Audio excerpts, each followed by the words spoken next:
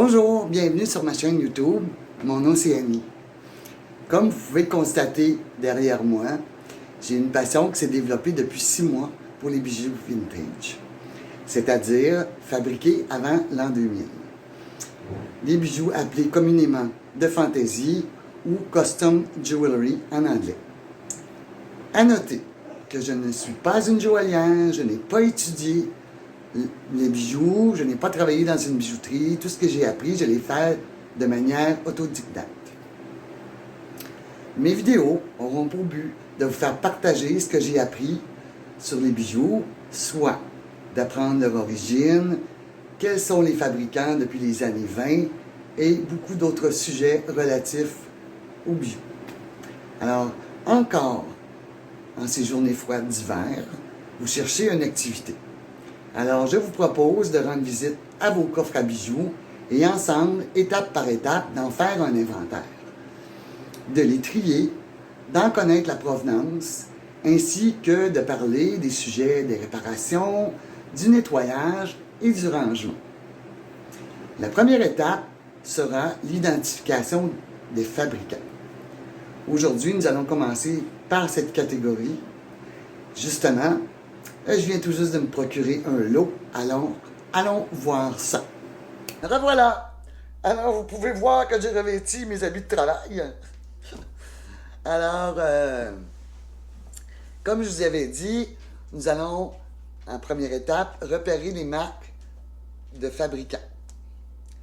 Alors, j'ai fait une liste sommaire des fabricants de bijoux de fantaisie canadiens, ainsi que des fabricants de bijoux américains et quelques marques européennes également ou internationales si vous préférez. Okay. Il y a des marques de bijoux de fantaisie qui peuvent valoir autant, pas sinon plus, mais autant que des bijoux en argent ou en or, selon le fabricant. Je vais vous donner des marques, peut-être que vous ne connaissez pas, mais je vais vous en nommer quelques-unes. Alors, surtout des bijoux de fantaisie canadien. Alors, on va avoir des bijoux de Marcel Boucher. Eux ont commencé à Montréal en 1937. Quand même assez loin. Ça fait longtemps que ça a été fabriqué, ces bijoux-là. Une marque également que vous allez reconnaître si vous avez des bijoux en pierre du Rhin. Ce sont la marque Continental et la marque Sherman. Sherman et Continental, ce sont deux compagnies rivales.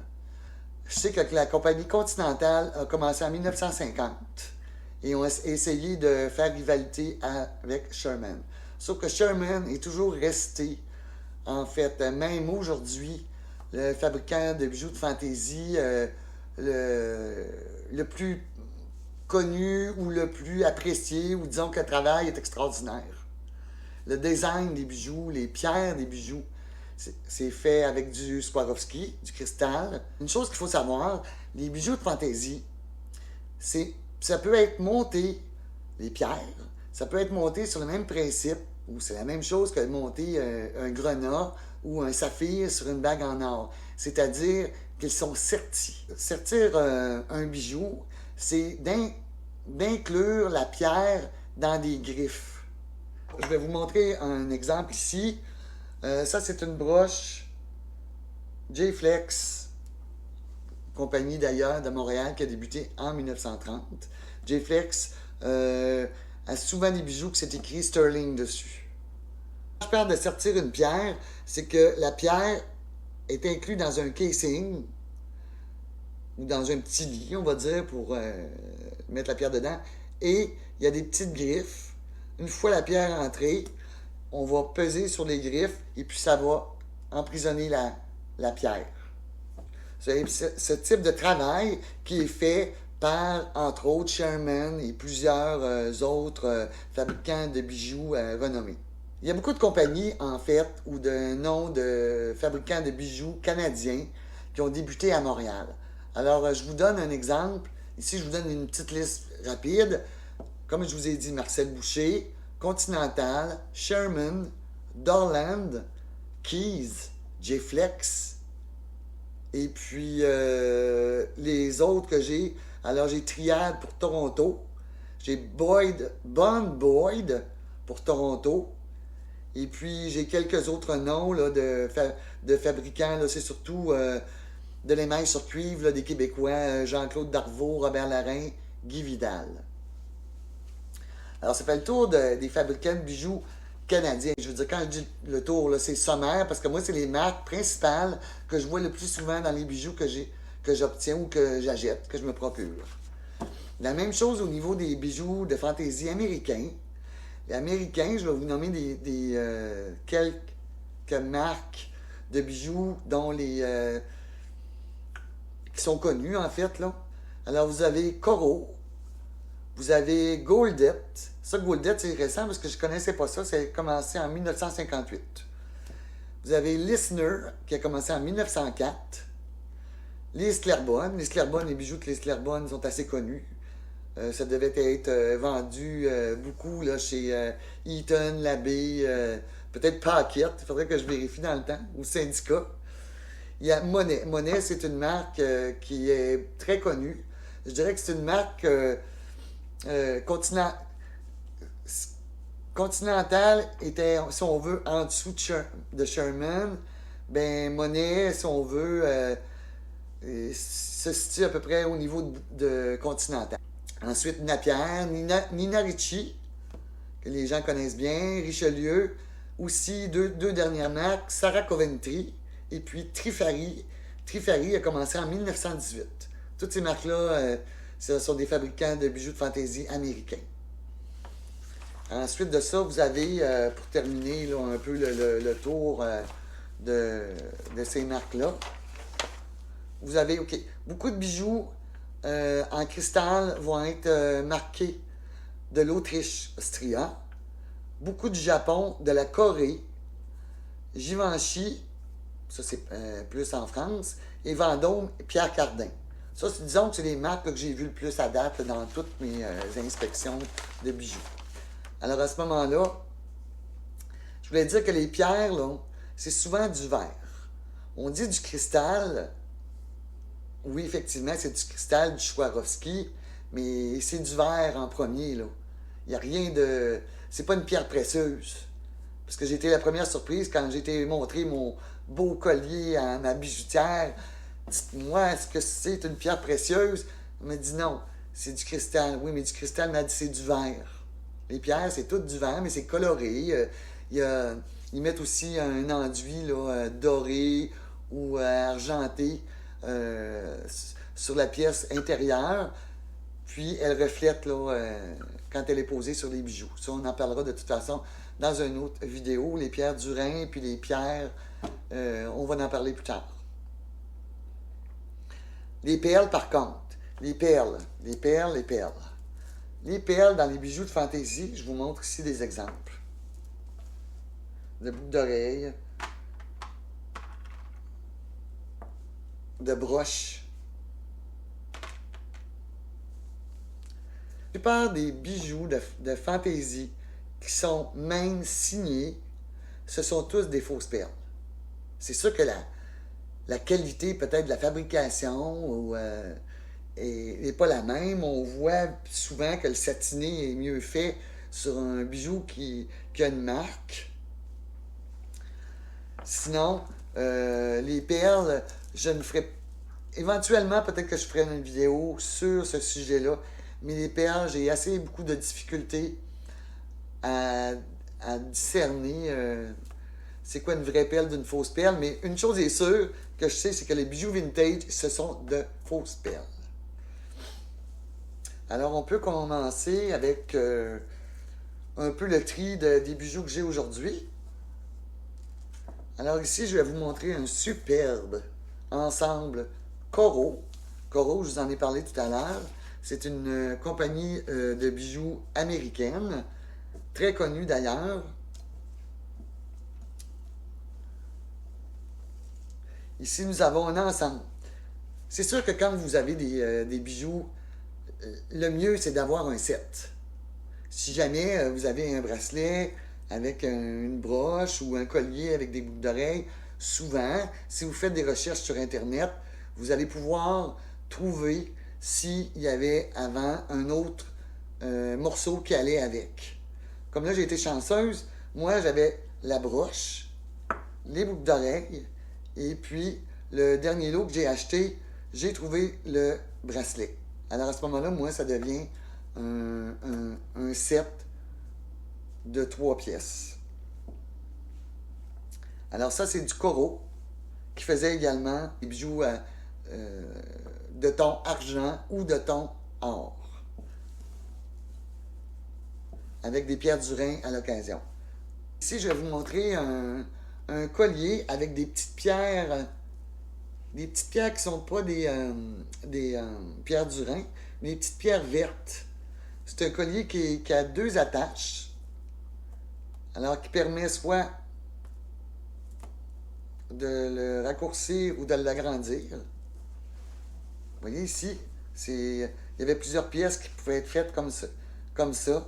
C'est-à-dire que vous aviez le choix de le porter plus serré au cou ou de l'agrandir avec des morceaux semblables. Là, on va voir qu'ici, la marque de Dorland est inscrite directement sur le fermoir. En parlant de fermoir pour les bijoux, il y a plein d'endroits où vous pouvez trouver le nom du fabricant. Pour les colliers, bien souvent, la marque va être inscrite directement sur le fermoir. Sinon, à l'intérieur du fermoir, ça c'est un exemple où vous pouvez trouver le nom. Bien souvent sur les boucles d'oreilles, pas pour les boucles d'oreilles pour les oreilles percées, mais les autres soit à vis, comme celle-ci, ou sinon à clip. Vous allez retrouver la marque du fabricant inscrite ici. Quelquefois, vous pourrez la trouver également ici à l'intérieur. Mais souvent, ça va être un nom de... Le Japon, je crois, écrit souvent le nom du pays ici. Ou sinon, l'Autriche. Le cristal d'Autriche est très recherché. Ici, nous avons un bracelet de marque Monet, de ton or. Et puis, nous avons encore l'étiquette initiale et était au prix de 12,50 à l'époque. C'était cher, j'imagine. Et la marque n'a pas été inscrite sur le bracelet. Alors, c'est sûr que s'il n'y avait pas l'étiquette, ce serait difficile pour moi de vous dire que c'est un Monet, à moins de faire une recherche. Mais il est assez... Le bracelet, le travail ou le bracelet est assez général. La fabrication est générale, ça serait trop dur. Alors à ce moment-là, moi je l'aurais mis dans la pile des non signés. On va le garder dans les monnaies. Les boucles d'oreilles non percées. Alors, soit le clip ou soit la petite vis qui est ici. Vous pouvez retrouver la marque du fabricant sur cette partie-ci. Sinon, cette partie-ci. Quelquefois, ça va être inscrit aussi à l'intérieur de la boucle d'oreille. Surtout quand c'est des clips. Aussi, il faut regarder cette partie-ci celle qui s'en va fermer, hein, si on veut, la boucle. À l'occasion, le nom du fabricant peut être inscrit également. J'ai vu aussi sur des boucles d'oreilles l'inscription du fabricant sur cette partie-ci. Ici, nous avons un bracelet et la marque du fabricant, Airflex, est inscrite là. Vous pouvez la voir également ici, là. À peu près le seul endroit là, que j'ai vu sur un bracelet de charme, parce qu'on appelait ça des bracelets de charme, si vous vous souvenez bien. On a deux colliers. La marque Lise Clairbonne. Lise Clairbonne, c'est LC, c'est une abréviation, parce qu'il y a ça aussi, là. NR, Nina Ricci, LC, Lise Clairbonne. Il y en a plusieurs qui utilisent des abréviations pour leurs bijoux. Là, nous avons un autre collier Monet.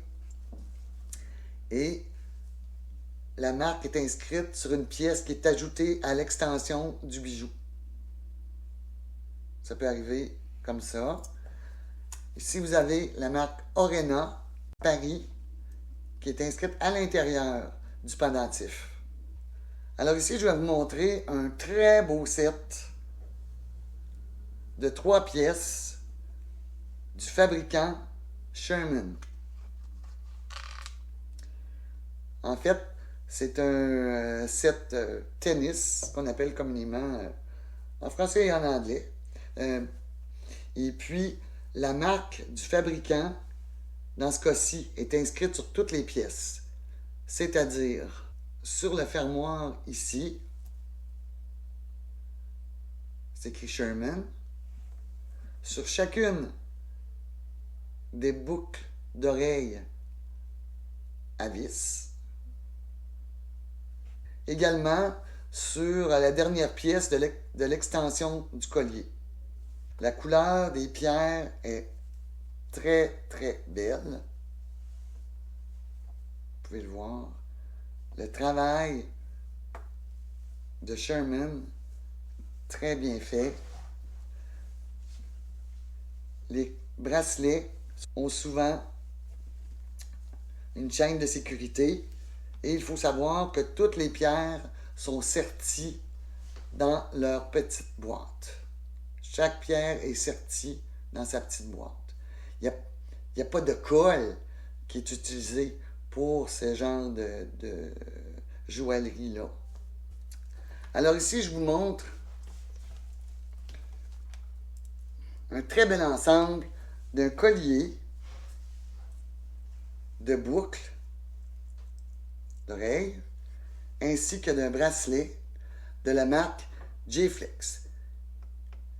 Les boucles d'oreilles sont signées à l'intérieur de cette partie-ci, tandis que le collier et le bracelet ne sont pas signés. Mais compte tenu que ça a été acheté en même temps, dans le même écrin, c'est le même travail, de toute façon, c'est les mêmes pierres, la même couleur, on déduit presque à 100% ou à 98% que c'est un J-Flex et que c'est du sterling. Alors, ceci conclut la première étape dont je voulais vous entretenir aujourd'hui. Et puis, on se revoit la semaine prochaine pour l'étape 2, c'est-à-dire faire le tri de nos bijoux. Alors, j'espère que vous avez aimé et à la prochaine. Au revoir.